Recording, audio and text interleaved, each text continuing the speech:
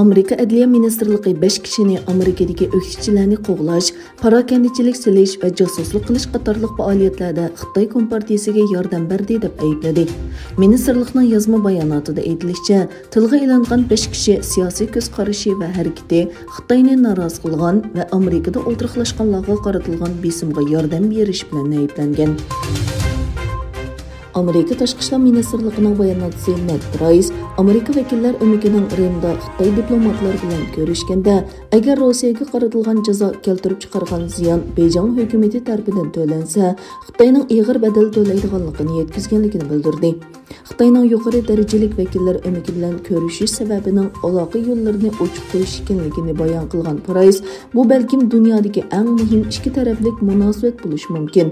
Mas'uliyatchan davlat bo'lish sifatimiz bilan munosabatimizni shakllantirgan raqobatning to'qinishga aylanmasligiga kafolatlik qilish majburiyatimiz bor dedi. Amerika prezidenti Joe Biden dunyoning birlikka kelishiga ilgirgi har qanday vaqtdagi mubokarak muhtoj ekanligini ta'kidlab, Rossiya prezidenti Vladimir Putinning zolimligi va Rossiya askarlarining Ukrainada qilganlari odamiylik emasdir dedi. Angliya Davlat mudofaa ministri Ben Wallace davlatining Sky Saber havo mudofaa sistemasi va 100 xodimni Polshaga o'rinlashtirganligini e'lon qildi. Ministr Wallace Polshaning poytaxti Varshavada ilib borgan ziyoratining bir qismi sifatida Polsha davlat mudofaa ministri Mariusz Bielaszak bilan ko'rishdi. Egilenishicha, Xitoy bayrog'i osgan 4 dengiz qirg'oqi muhofazat parog'ida Sharqiy Xitoy dengiziga talash tortishlik Senkaku oroli atrofida Yaponiyaning dengiz tavalligiga kirgan. Yaponiya dengiz qirg'oqi muhofazat atrofinin rayondan ayrilish ogohlantirishi natijasida bu parog'lar rayondan ayrilgan.